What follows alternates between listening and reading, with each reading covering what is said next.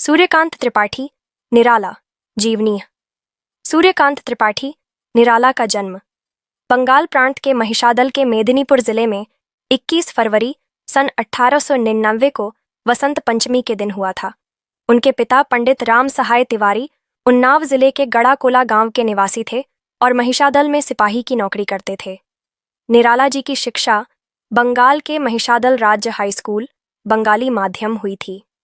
बाद में इन्होंने हिंदी तथा संस्कृत का अध्ययन घर पर रहकर ही किया। निराला का निधन 62 वर्ष की उम्र में 15 अक्टूबर सन 1961 को इलाहाबाद में हुआ था। उन्हें मरणोपरांत पद्म भूषण से सम्मानित किया गया था। रचनाएं: काव्य संग्रह अनामिका, परिमल, गीतिका, तुलसीदास, कुकुरमुत्ता, अणिमा, बेला, नए पत्ते, अर्चना, आराधना, गीतकुंज आदि। उपन्यास: अप्सरा, अलका, प्रभावती, निरुपमा, कुल्ली भाट। कहानी संग्रह: लिली, सखी, सुकुल की बीवी, चतुरी चमार और देवी।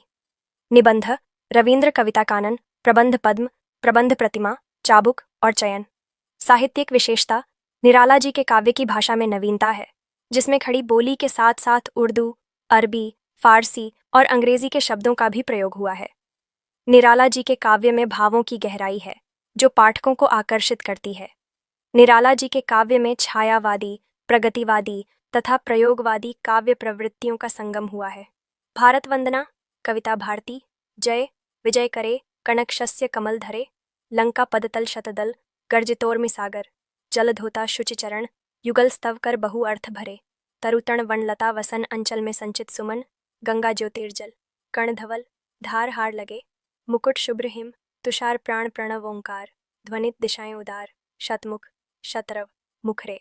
भारत वंदना कविता की व्याख्या: भारती, जय विजय करे, कनक शस्य कमल धरे, लंका पत्तल शतदल, गर्जितोर्मि सागर, जल धोता शुचि चरण, युगल स्तव कर बहु अर्थ भरे।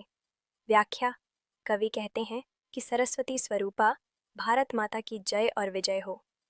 भारत माता सोने जैसी फसलों और कमल के फूलों से सजी हुई है, जिनके पैरों के नीचे लंका 100 पंखुड़ियां वाले सुंदर कमल के फूल के समान स्थित है, और ऐसा प्रतीत होता है मानो समुद्र की लहरें निरंतर उनके चरण कमलों को धोकर पवित्र कर रही हों, और उस समुद्र की लहरों की गर्जना मानो भारत माता की अनेक अर्थों में आराधना कर रहा है। हम उस भारत माता की वंदना करते हैं। शब्दार्थ: भारतीय, भारत माता या भारत देश। जय, विजय या सफलता। विजय, जीत या सफलता। खनक, सोना या धन। शस्य, फसल या अन्न। कमल, कमल का फूल। लंका, श्रीलंका।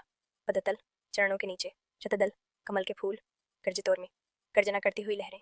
सागर, जल, समुद्र का जल। धोता, धोना या पवित्र करना। शुचि, पवित्र चरण। युगल, दोनों चरण। स्तव, स्तुति या प्रशंसा। बहु अर्थ भरे, बहुत अर्थ महत्व से भरे हुए। तरुतृण वन लता वसन, अंचल में खंचित सुमन, गंगा ज्योतिर्जल कण, धवल धार हार गले। व्याख्या: कवि कहते हैं कि भारत की भूमि पर उगे हुए वृक्ष, हरे भरे घास और वनों की लताएं भारत माता के वस्त्र के समान हैं। इन लताओं पर लगे हुए फूल उनकी आंचल में जड़े हुए हैं। गंगा की चमकती बूंदों वाली निर्मल जल की धारा भारत माँ के गले की माला के रूप में सुशोभित है। अर्थात कवि का आशय यह है कि भारत माता प्रकृति रूपी विभिन्न आभूषणों से माता सरस्वती की तरह सुसज्जित है। कवि ने भारत माता को प्रकृति रूपी विभिन्न आभूषणों से सुसज्जित बताया है और उनकी सुंदरता और गरिमा का वर्णन किया है। शब्दार्थ: तरु, पेड़, तृण, घास, वन, जंगल, अलता, बेल, वसन, वस्त्र या परिधान। अंचल, वस्त्र का पल्लू या किनारा। खंचित, सजा हुआ या अलंकृत। सुमन, फूल। गंगा, गंगा नदी। ज्योतिर्जल, पवित्र जल। कण, कण या बूंद। ध्वल, सफेद या उज्ज्वल।